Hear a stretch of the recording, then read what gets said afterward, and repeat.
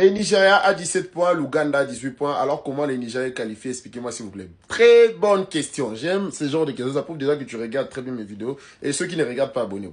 Déjà, toutes les équipes n'ont pas eu la chance, l'opportunité de jouer le même nombre de matchs. Parce que dans certains groupes, il y a eu des abandons. Par exemple, l'Érythrée, qui a été la dernière équipe à abandonner. Pourquoi? Parce que la plupart de ces joueurs fuyaient parce qu'en Érythrée, il y a eu une grande dictature. Donc, quand ils allaient jouer un match à l'extérieur, les joueurs restaient dans le pays, là, au lieu de revenir en Érythrée. Soit les jouer au Maroc, ils sont restés là-bas. C'était toujours comme ça.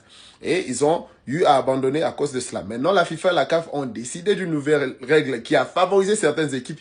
Bien sûr, mais on n'a pas le choix. Nous, la RDC, on avait juste qu'à ne pas perdre notre match contre le Sénégal et on sera en Coupe du Monde en ce moment-ci.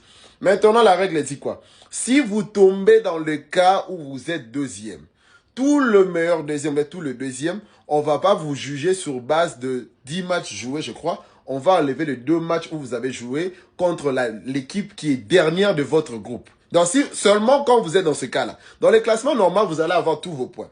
Si vous êtes premier, vous vous qualifiez avec tous vos points. Mais quand vous devenez deuxième et qu'il faut qu'on vous compte comme meilleur deuxième, on va pas vous compter sur le nombre de tous les matchs que vous avez joué. On va retrancher le match que vous avez joué face à la dernière équipe de votre groupe, l'équipe qui est dernière actuellement dans votre groupe. Le Nigeria avait fait une très mauvaise opération face à l'équipe qui est derrière de son groupe, qui est le Zimbabwe. Parce que le Nigeria avait fait 2 nuls face au Zimbabwe, un but partout. L'Ouganda, par contre, avait gagné beaucoup de points face à l'équipe dernière de son groupe. Vous voyez, l'Ouganda avait eu 2 victoires. Donc, quand on a retranché les 2 points, le 2 matchs, ça veut dire que l'Ouganda a perdu 6 points. Et le Nigeria n'a perdu que 2 points parce que le Nigeria n'avait pas fait bonne affaire. Ce qui fait que l'Ouganda descend et le Nigeria passe en premier. La règle favorise qui?